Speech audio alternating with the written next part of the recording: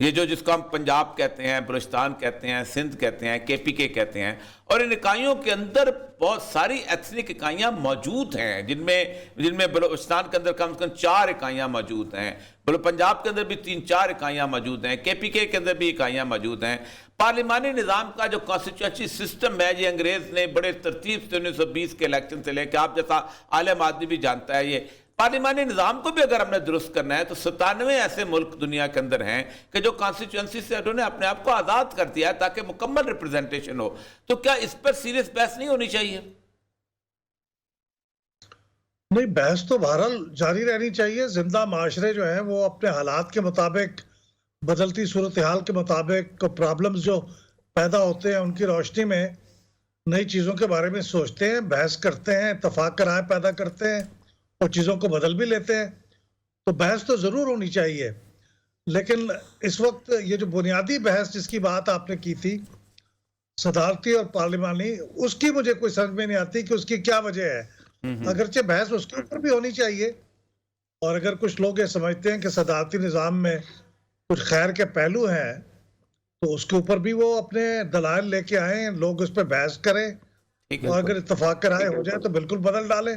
اچھا احمد صاحب، ایک اور بات یہ کی جاتی رہی ہے کہ متناسب نمائندگی، یہ موجودہ پارلیمانی نظام کے اندر رہتے ہوئے بھی اگر ہم متناسب نمائندگی والا آپشن استعمال کریں تو بہت سارے مسائل کا اس کے اندر بھی حل بہت سارے لوگ سمجھتے ہیں، صدارتی نظام کو ایک طرف رکھتے ہوئے، سے نکل جائیں۔ اور جو ایک بلیک میلنگ والی جو پالیسی ہوتی ہے کہ ایک گروپ بلیک میل کر رہا ہے، دوسرا کر رہا ہے کہ جی ایک الیکٹیبلز کی جو ہم بات کرتے ہیں کہ جو کسی نہ کسی حکومت میں کسی اور شکل کے اندر موجود رہتے ہیں، ان سے جان چھوٹ سکتی ہے اگر ہم متناسب نمائندگی کا سسٹم اپنا لیں۔ متناسب نمائندگی بھی ان چیزوں کے میں سے ایک ہے جن کے بارے میں ہمارا کچھ رومانس ہے، اور ہم سمجھتے ہیں کہ وہ آ جائیں گے تو مسئلے سارے حل ہو جائیں گے۔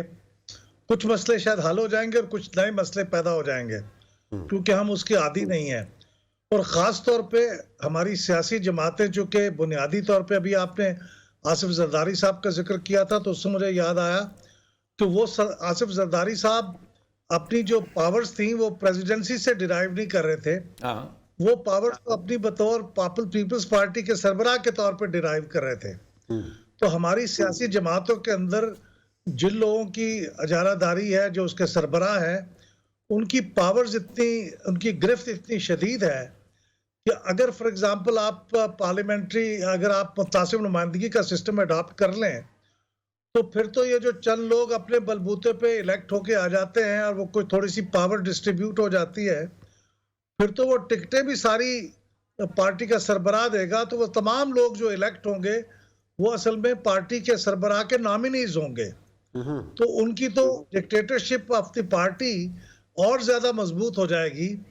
تو مجھے نہیں لگتا کہ متناسب نمائندگی سے مسائل حل ہو جائیں۔ البتہ کچھ پارٹیاں جن کی مثال کے طور سے جماعت اسلامی، PTI کی جو نمائندگی ہے وہ کم ہو جائے گی، شاید تحریک لبیک پاکستان کی شاید نمائندگی زیادہ ہو جائے گی۔ ایسے لوگ کو ووٹ تو ملتے ہیں لیکن ان کے ممبرز نہیں الیکٹ ہوتے، تو ان کو کچھ فائدہ ہو جائے گا، لیکن جنرلی بڑا فرق نہیں پڑے گا کیونکہ پارٹیوں کے اندر ڈکٹیٹرشپ ہے۔ بہت شکریہ احمد بلال محمود صاحب، آپ نے کہا کہ متناسب نمائندگی سے چھوٹی پارٹیوں کو فائدہ ہو جائے گا، تحریک لبیک، جماعت اسلامی بھی فائدے میں رہے گی، لیکن کراچی کے اندر ابھی جماعت اسلامی کو فائدہ کیوں نہیں مل رہا، اس کا ذکر کریں گے بریک کے بعد، اور اگلے سیگمنٹ میں حافظ نعیم الرحمان صاحب ہمارے ساتھ موجود ہوں گے۔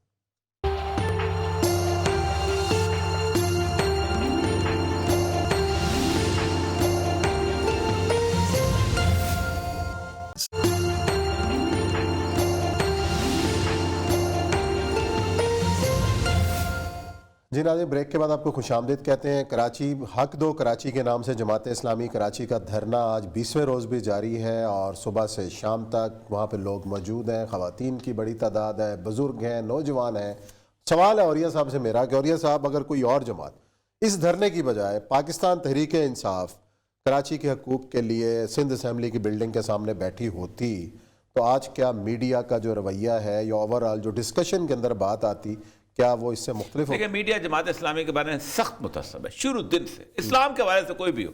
مولانا فضل الرحمان کو اچھا لگتا ہے، وہ جمہوریت کی بات کرتا ہے، اسلام کی بات نہیں کرتا۔ جمہوریت کی بات ان سے بہتر کون کرتا ہے؟ نہیں، لیکن یہ پیورلی اسلام کا فیس بن گیا۔ سب سے پہلی بات یہ ہے وہ کہیں گے ہماری پارٹیوں میں جمہوریت نہیں، کبھی جماعت اسلامی کا نام نہیں لیں گے، بہت ہلکا سا ایسے مائنیوٹ سا، ایسے نہیں کہ جماعت اسلامی سیاسی پارٹی ہی نہیں ہے۔ اب دھرنا چل رہا ہے، عمران خان صاحب کا دھرنا میں نے خود اپنی آنکھوں سے دیکھا، آخری خالی دور میں کرسیوں سے خطاب، خالی کرسیوں سے خطاب چل، اچھا ایک دفعہ آیا تھا دھوپ میں وہ چل رہا تھا اوپر اکیلا، وہ اکیلا کم از کم آدھا گھنٹہ اس کو ہر چینل پہ لائیو تھے، آدھا گھنٹہ دکھاتے یہاں رہے۔ پہ بارش شدید ہوئی ہے، سردی ہے، اور اس کے باوجود لوگ صفائی بھی خود کر رہے ہیں، اور لیکن جس طریقے نہیں سے کوئی کر نہیں، رہے میڈیا ہیں ہمارے کا مختلف میڈیا کے ایشوز ہی اور ہیں، ایشوز ہی اور ہیں۔ نعیم رحمان صاحب ہمارے ساتھ حافظ صاحب، کیا آپ کو بھی میڈیا سے شکایت ہے جو ہم نے جو پوائنٹ آؤٹ کیا؟ جی ظاہر ہے، دیکھیں بالکل آپ اوریہ صاحب جانتے ہیں اس بات کو کہ واقعتاً کوئی اور پارٹی، کوئی من پسند پارٹی اگر ایسی ہوتی جو اتنی بڑی مشقت، اتنی برسات، اتنی سردی میں بچے، عورتیں، بوڑھے، جوان یہاں موجود ہیں، اور جنہوں نے شارع فیصل کو 2 جگہ دھرنا دیا، اور پھر اس کے بعد کل ہمارا خواتین کا مارچ ہے، یہاں پر بہت بڑی تعداد میں لوگ موجود ہوتے ہیں، رات رات بھر رہتے ہیں، تو پتہ نہیں کیا اس وقت میڈیا پہ طوفان کھڑا ہوا ہوتا۔ لیکن ظاہر ہے کہ ان کی اپنی اپنی پرائرٹی ہیں، بہرحال جتنا دے دیتے ہیں ان کی مہربانی ہے، جتنا نہیں دیتے ان سے ہم ریکویسٹ ہی کر سکتے ہیں، ہم کوئی پتھر تو مار نہیں سکتے، گولی تو چلا نہیں سکتے۔ یہی میڈیا تھا، اسی شہر میں ان کی مجبوری ہوتی تھی 4-4 گھنٹے کی لائیو تقریریں دینے پڑتی تھیں، لیکن وہ ظاہر ہے کہ اب ہم وہ کام نہیں کر سکتے۔ سیدھی بات یہ ہے کہ ہم ایک حق کے لیے بیٹھے ہوئے ہیں، کراچی کے 3.5 کروڑ لوگوں کا مقدمہ لڑ رہے ہیں، ہمیں با اختیار شہری حکومت کا نظام چاہیے، ہم اپنے میئر کی بات نہیں کر رہے، جماعت اسلامی کی پارٹی کی بات نہیں کر رہے، ذات کی بات نہیں کر رہے، ہم کہتے ہیں کہ پانی کا، بجلی کا، گیس کا، اور کچرا چننے کا نظام، اور ٹرانسپورٹ کا نظام، اور ڈیولپمنٹ کا نظام، ماسٹر پلان، یہ سب کے سب جو ہے وہ بلدیاتی حکومت کے ماتحت ہونے چاہیے۔ ہم آئینی بات کر رہے ہیں، جمہوری بات کر رہے ہیں، قانونی بات کر رہے ہیں، تو ہم ایسی کیا غلط چیز کر رہے ہیں کہ جس کی بنیاد کے اوپر کوئی ہمیں نظر انداز کر سکتا ہے؟ تو میں سمجھتا ہوں کہ اس کوئی جتنی انٹینسٹی ہے اور جتنی بڑی مشقت ہے اور جتنی بڑی محنت کے ساتھ لوگ اس مسئلے کو ہائی لائٹ کر رہے ہیں، تو میڈیا سے میری یہی ریکویسٹ ہے کہ وہ اس کو اسی طرح سے اہمیت دے جتنی ہے۔ لیکن اس کے باوجود اب یہ شہر کا یہ جو دھرنا ہے، یہ صرف ٹھیک ہے، بات کریں، میں بعد میں کر لوں گا۔ جی بسم اللہ۔ ہاں جی، میں عرض یہ کر رہا ہوں کہ دیکھیں یہ جو دھرنا ہے ہمارا نا، وہ اب یہ دھرنا صرف یہاں سندھ اسمبلی کے سامنے نہیں رہا، اس وقت پورے شہر میں ریلیاں نکلتی ہیں، دھرنے دیے جاتے ہیں، کارنر میٹنگیں ہوتی ہیں، ہینڈ بل بٹتے ہیں، اور اب شہر آہستہ آہستہ اس کو شعور مل رہا ہے، وہ اس دھرنے کی پشت پر آ رہا ہے، بلکہ پورے سندھ میں، اب اندرون سندھ میں احتجاج ہو رہا ہے پورے۔ اب کل ہم نے اوورسیز پاکستانیوں کا ایک سیشن کیا تھا رات کو، اور دنیا کے پرتھ اور سویڈن کے شہر اور ٹورنٹو اور لندن اور میونخ اور جدہ اور ان تمام جگہوں سے لوگوں نے اپنے اپنے ویوز بھیجے اور بتایا کہ یہاں کا بلدیاتی نظام کتنا امپاورڈ ہے، کتنا با اختیار ہے، اور کراچی کے لیے سب نے اپنے دکھ کا اظہار کیا۔ ظاہر ہے وہ کراچی کے رہنے والے باہر لوگ تھے، اور انہوں نے کہا کہ ہم اس دھرنے کے ساتھ ہیں۔ ہم نے ابھی شارع فیصل پہ جو دھرنا کیا وہ ہسٹوریکل تھا، 2 دن کے نوٹس پر ہم نے شارع فیصل پہ دھرنا بھی کیا، بیٹھے بھی رہے، میٹروپول ہوٹل پہ بیٹھ گئے، پریشرز بھی ہم پر بہت تھے، لیکن ہم نے بہرحال عوام کا مقدمہ لڑا۔ تو اس وقت جماعت اسلامی لیڈ کر رہی ہے کراچی میں عوام کے مسئلے کو، اپنی ذات کے لیے نہیں کر رہے، ہم اس میئر کے لیے کر رہے ہیں جس کا میں نہیں معلوم کون بنے گا۔ یہی میں سوال کرنا چاہتا ہوں، کہتی ہم پاورفل ہیں۔ یہی میں سوال کرنا، ایک تو یہ ہے کہ کیا آپ کی صرف کراچی شہر کی آواز جو ہے وہ کم از کم ایک پورے ملک کی باقی جتنے بھی سٹیک ہولڈرز ہیں ان کے لیے کافی ہوگی؟ کیونکہ ظاہر بات ہے مسئلہ سارا یہ ہے کہ فیصلہ سندھ نے کرنا ہے، نیشنل اسمبلی لیول پہ 2/3 میجورٹی کبھی آئے، کسی کی آئے، تب تو کوئی فیصلہ کرے۔ تو سندھ میں جس طرح کی پالیٹکس بن چکی ہوئی ہے، وہ آج ایک میں نے بڑا اچھا وہ کوٹ پڑھا کہ کسی بندے نے لکھا ہوا تھا، ایک صاحب نے، کہ سندھیوں کا مسئلہ یہ ہے کہ وہ پاکستانی نہیں بن سکے، اور اردو سپیکنگ کا مسئلہ یہ ہے کہ وہ سندھی نہیں بن سکے۔ یہ عجیب و غریب سا کانفلکٹ ہے، اس کانفلکٹ میں کوئی پازیٹیو چیز نظر آتی ہے آپ کو کہ نکل آئے گی؟ نہیں، بالکل نکل آئے گی۔ دیکھیں اوریہ صاحب، میں تو آپ کو دعوت دیتا ہوں، آپ تشریف لائیں، ہمیں بڑا حوصلہ ملے گا۔ یہاں سندھی ہوتے ہیں، بلوچ ہوتے ہیں، ہر قوم کے لوگ ہوتے ہیں، اور یہاں سب رہتے ہیں، ہم سب کی بات کر رہے ہیں، ہم کسی ایک قوم کی بات ہی نہیں کر رہے۔ ہم تو کراچی میں رہنے والے ہر فرد کا مقدمہ لڑ رہے ہیں کہ اس کو با اختیار شہری حکومت ملنی چاہیے۔ ہمارے بچوں کی قسمت میں کیوں نہیں اچھی ٹرانسپورٹ ہے یار؟ ہم پورے پاکستان کی معیشت میں کنٹریبیوٹ کر رہے ہیں، ہم جو ہے وہ پورے صوبے میں 95% ریونیو ہم جنریٹ کر کے دے رہے ہیں، ہم 54% ایکسپورٹ کر رہے ہیں، ہم 67% ریونیو دے رہے ہیں، ہم 42% انکم ٹیکس دے رہے ہیں۔ تو ہمارا یہ حق نہیں بنتا کہ ہمیں ٹرانسپورٹ ملے، ہمیں بھی جو ہے وہ لائٹ ریلز کا نظام ملے، ہمارے بچوں کو بھی ایجوکیشن ملے۔ 4000 اسکول کراچی میں موجود ہیں، اور کسی ایک سرکاری اسکول میں بھی ہم اپنے بچے کو داخل نہیں کرا سکتے. اگر بالکل کسی کی مجبوری نہ ہو تو لوگ نہیں کرانا چاہتے, تعلیم نہیں ہوتی. اچھا اب مجھے یہ بتائیے گا کہ 20 دن میں کیا پیش رفت ہوئی ہے؟ 2 مذاکرات کے دور بھی ہوئے, ناصر علی شاہ صاحب بھی آئے, باقی جتنی سیاسی جماعتیں ہیں, خواہ وہ پاکستان تحریک انصاف ہو, پاک سرزمین پارٹی ہو, MKM ہو اور چھوٹی پارٹی, انہوں نے آپ کے اس موقف کی حمایت کی ہے اور بڑے ٹویٹس بھی کیے ہیں. لیکن مسئلہ یہ ہے کہ جب موقف ایک ہے, آپ کراچی کے عوام کا مقدمہ لڑ رہے ہیں, تو یہ پھر ایک مشترکہ پلیٹ فارم کے اوپر جدوجہد کیوں نہیں ہوتی؟ ایک تو اس سوال, اور دوسرا یہ بتائیے گا کہ جو مذاکرات ہوئے ہیں اس میں آپ کو سنجیدگی کتنی نظر آئی سندھ گورنمنٹ کی, اور کیا امکان نظر آ رہا ہے آپ کو, اور تھکے تو نہیں آپ 20 دن میں, اور کتنا عرصہ دھرنا جاری رہے گا؟ 3-4 سوال ہو گئے. 3 سوال ہو گئے. پہلے میں مذاکرات سے شروع کرتا ہوں. 10ویں دن جا کر مذاکرات کے لیے ایک ٹیم آئی یہاں پر, ٹھیک ہے, اور انہوں نے کہا کہ آپ دھرنا مؤخر کریں, ہم آپ سے بات چیت شروع کرتے ہیں اور کچھ چیزیں مان لیتے ہیں. ہم نے کہا دیکھو ہم فیس سیونگ کے لیے نہیں بیٹھے ہوئے, ایمانداری کی بات ہے, میں آج بھی یہ بات کر رہا ہوں, ہمیں کوئی فیس سیونگ نہیں چاہیے. ہم یہاں بیٹھے ہوئے ہیں, الحمدللہ ہر گزرتے دن کے ساتھ ٹیمپو بڑھ رہا ہے اور پینیٹریشن بڑھ رہی ہے, اور یہ تو ہم نے ایک مرکز بنا لیا ہے. اصل میں تو ہمارا کام اب گراس روٹ لیول پر ہو رہا ہے, اور کل ہمارا خواتین کا دھرنا مین یونیورسٹی روڈ کے اوپر دھرنا ہوگا, اور آپ دیکھیے گا کہ اس کے نتیجے میں کس قدر فضا تبدیل ہوگی, اور ہو رہی ہے. تاجر آ رہے ہیں, صنعت کار آ رہے ہیں, تعلیمی اداروں سے لوگ آ رہے ہیں, دانشور آ رہے ہیں, ہر قوم کے لوگ آ رہے ہیں. تو ہمیں کوئی پرابلم نہیں ہے, ہم بیٹھے ہوئے ہیں. آپ 1 مہینہ بٹھائیں گے, ہم بیٹھے رہیں گے. ہمیں تو اس کا جو ہے وہ بینیفٹ مل رہا ہے. پہلی مرتبہ لوگوں کو پتا چلا کہ یہ کالا قانون ہے کیا. پہلی مرتبہ لوگوں کو یہ پتا چل رہا ہے کہ اس قانون کے نتیجے میں ہمارے بچوں کے مستقبل پہ اثر کیا پڑ رہا ہے. لوگوں کو یہ شعور آ رہا ہے کہ ہمیں غلام بنا کے رکھا ہوا ہے. بھائی ہمیں ٹرانسپورٹ نہیں مل رہی, ہمیں تعلیم نہیں مل رہی, ہم چھتوں پہ سفر کریں, ہماری مائیں بہنیں چنچیوں پہ سفر کریں, ہماری قسمت ہے. یہ شعور ہم لوگوں کو دے رہے ہیں, تو لوگ ہم اویئرنیس ہو رہی ہے, تو ہمیں کوئی پرابلم نہیں ہے. اب ان کی ذمہ داری ہے, وہ حکومت ہے, کہ وہ آئیں اور بات کریں. اب انہوں نے کمیٹی بنائی, ہم نے بھی کمیٹی بنائی. 5 دن بعد پہلا دور ہوا, اب اس کے بعد مزید 4 دن گزر گئے. تو جب حکومت اتنی غیر سنجیدگی کا مظاہرہ کرے گی تو کیسے معاملات آگے بڑھیں گے؟ ہم تو اپنی ذات کے لیے نہیں مانگ رہے. آپ اصل میں ان کو عادت ہے, لوگ ذات کے لیے مانگتے تھے, لوگ پارٹی کے لیے مانگتے تھے. کراچی کے لیے تو MKM نے کبھی نہیں مانگا ان سے, تو اس کے نتیجے میں عادت وہی پڑی ہوئی ہے. یہ سمجھ نہیں رہے کہ جماعت اسلامی اس طرح پیچھا نہیں چھوڑے گی. اب تو آپ کو کچھ دینا پڑے گا, نمبر 1. نمبر 2 بات یہ, آپ نے کہا کہ باقی پارٹیوں کے ساتھ مل کر کیوں نہیں چلتے. اعتبار نہیں ہے ان کا. سیدھی ایک لفظ میں اگر آپ سنتے ہیں تو اعتبار نہیں ہے. اس لیے کہ 2013 کا جو بلدیاتی ایکٹ تھا وہ تو MKM ان کی اتحادی تھی, اور 1 سال مزید اتحادی رہی.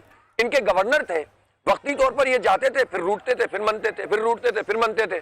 لیکن کراچی کے جینوئن ایشو پہ کوئی ہڑتال نہیں کی, کوئی شہر بند نہیں ہوا. جو کچھ ہوا ذات کے لیے ہوا, پارٹی کے لوگوں کے لیے ہوا. کراچی کے لوگ رولتے رہے, دھکے کھاتے رہے, ہم پیچھے کی طرف چلے گئے. ہماری سرکولر ریلوے بند ہو گئی, ہماری ٹرانسپورٹ کارپوریشن بند ہو گئی, ہمارے اسکول تباہ ہو گئے, ہمارے کالج ویران ہو گئے. یقین کریں آپ, بدترین صورتحال ہے. لیکن MKM کے کان پہ جوں نہیں رہیں گی. اب انہی کے ساتھ کھڑے ہوں گے تو ہم بھی کنفیوز کر دیں گے عوام کو جو ہماری طرف متوجہ ہو رہی ہے. یہ مسئلہ ہے. وہ آئے اس دھرنے میں, ہم نے تو کسی کو نہیں روکا. مصطفیٰ کمال صاحب آئے تو انہوں نے بات کی, ہم نے ان کا شکریہ ادا کیا. انہوں نے ہم سے کہا کہ ہم یہاں بیٹھنا چاہتے ہیں. میں نے کہا کوئی بات نہیں, آئیے. اسی طرح سے نون لیگ کے لوگ آئے ہیں, آج فنکشنل لیگ والے آئیں گے, ہمیں تو کوئی مسئلہ نہیں ہے. لیکن PTI اور MKM یہ بھی تو بتائے وہ کراچی کے ساتھ کر کیا رہی ہے. مردم شماری وفاق کا سبجیکٹ, کوٹا سسٹم میں غیر معینہ مدت کا اضافہ MKM اور PTI نے کیا ہے. پانی کے 1/3 کر دیا ہمارا منصوبہ. 1% پانی چاہیے کراچی کو پورے دریائے سندھ کا, ارسا میں 1% دینے کے لیے تیار نہیں ہے وفاق. یہ حال کرتے ہیں, ریونیو یہاں سے لیتے ہیں. تو جب وفاق, PTI, MKM کی یہ غیر سنجیدگی ہے اور وہ کراچی کو آن ہی نہیں کرتے, تو ان کے ساتھ مل کر ہم لوگوں کو کنفیوز کر دیں. کراچی کروٹ لے رہا ہے. بھائی ان کو اندازہ نہیں ہے کہ پینیٹریشن کس طرح سے ہو رہی ہے. تو اب میں کراچی کے عوام کو کنفیوز نہیں کر سکتا. جس کو آنا ہے اس کی حمایت کرے, یہاں پر آئے. ہم کوئی جوائنٹ وینچر کر کے کوئی نیا ایڈونچر نہیں پیدا کرنا چاہتے, اور لوگوں کو پریشان نہیں کرنا چاہتے, مزید مایوس نہیں کرنا چاہتے. امید بندی ہے, اس کو یقین میں بدلیں گے انشاءاللہ. جی بہت شکریہ. حافظ نعیم الرحمان صاحب بڑی تفصیل سے بتا رہے تھے کہ اب تک کیا پیش رفت ہوئی ہے اور معاملات کہاں آگے بڑھ رہے ہیں. لیتے ہیں بریک کے بعد آئیں گے تو ذکر کریں گے افغانستان کی صورتحال کا اور 2 اہم ایشوز.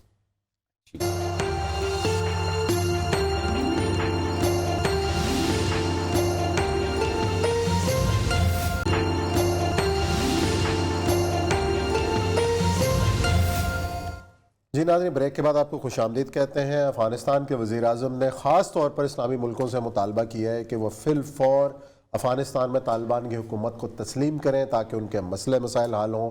ساتھ ہی ان کے وزیر خارجہ نے امریکہ سے کہا ہے کہ ان کی جو ضبط شدہ رقم ہے واپس کی جائے. اور یہ سب بار بار طالبان یہ مطالبہ کر رہے ہیں اور ان کا مطالبہ میرا خیال ہے کہ بالکل جائز بھی ہے کہ اور کوئی مانے نہ مانے اسلامی ملک تو مانے. اور ستم یہ ہے کہ ابھی تک ہم نے بھی نہیں مانا. آج افغانستان میں بہت بڑی اکنامک کانفرنس ہوئی.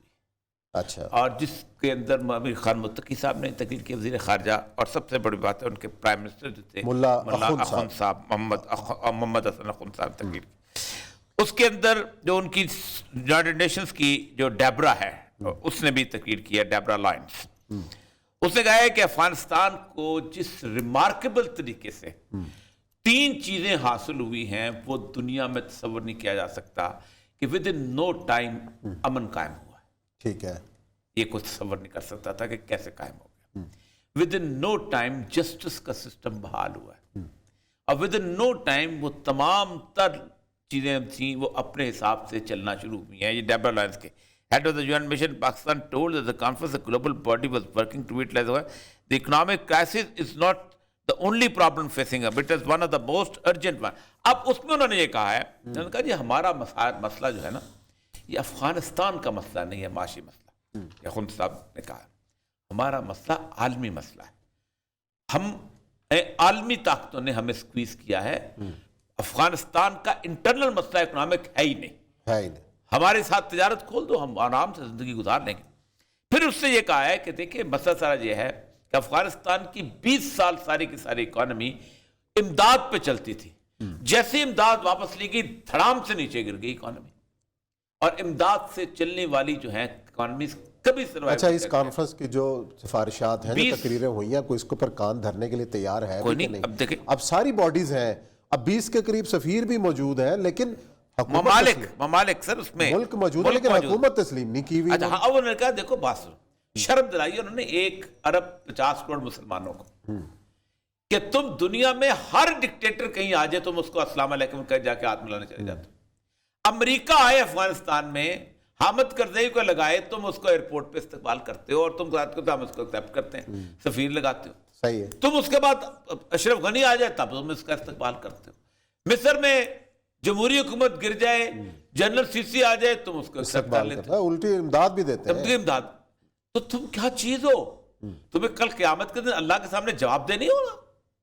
باقی باتوں تو چھوڑ دو, کسی اور جگہ ٹھیک ہے, تم تو ایکسپٹ کرو. اچھا, ایک اور بڑی پیش رفت ہونے جا رہی ہے کہ ایرانی صدر صاحب جو ہیں وہ روس جا رہے ہیں. یہ کیا جو سر رشیا کا ایک لابی جو ہے وہ بنتی چلی جا رہی ہے, اور پاکستان کو بہت جلد بہت سارے فیصلے کرنے پڑیں گے, ورنہ پاکستان اس پورے خطے میں اس طرح تنہا رہ جائے گا کہ اسے صرف ہندوستان کے زیر نگیں ہو کے رہنا پڑے گا. کیونکہ یہ نہیں ہو سکتا کہ پاکستان اور انڈیا جو ہیں یہ دونوں امریکہ کے ساتھ ہو اور ایک ہی جگہ پہ ہوں, تو پاکستان کی انڈیا سے زیادہ عزت ہو. باہر نکلے گا تو عزت بنے گی. ہوگا. لیکن ایک اور بڑی پیش رفت آج یہ ہوئی ہے کہ ابوظہبی میں حملہ ہوا ایئرپورٹ پر, اس کے بعد سنا پر حملہ جوابی ہوا سعودی اتحاد کی جانب سے, اور اس کے اندر 20 کے قریب ہلاکتیں.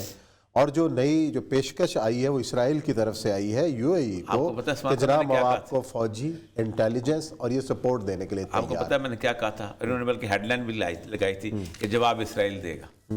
اور میں نے کہا تھا کہ بنیادی طور پر اسرائیل کے ساتھ انہوں نے یہ جو عرب ملک ہیں انہوں نے پیکٹ اس لیے کیا ہے کہ ہم باقی انفلوئنس میں اس کو بچیں. اور یہ بڑی بدقسمتی کہ جب مسلمان کو مارتا ہے تو ایک مسلمان گروہ جو ہے وہ کفار کے پاس جا کے پناہ لے لیتا ہے, کیونکہ دوسرا مسلمان گروہ جو ہے اس کو مسلمان ہی نہیں سمجھ رہا نا, اس کے نزدیک وہ کافر ہے, اس کے نزدیک وہ کافر ہے. بہت سی اس کا معاملہ جو ہے وہ میں نے پہلے بھی کہا کہ ایرانی ہیجمنی کی, اب آج انہوں نے بامبنگ کی ہے نا, مسلمان مرے.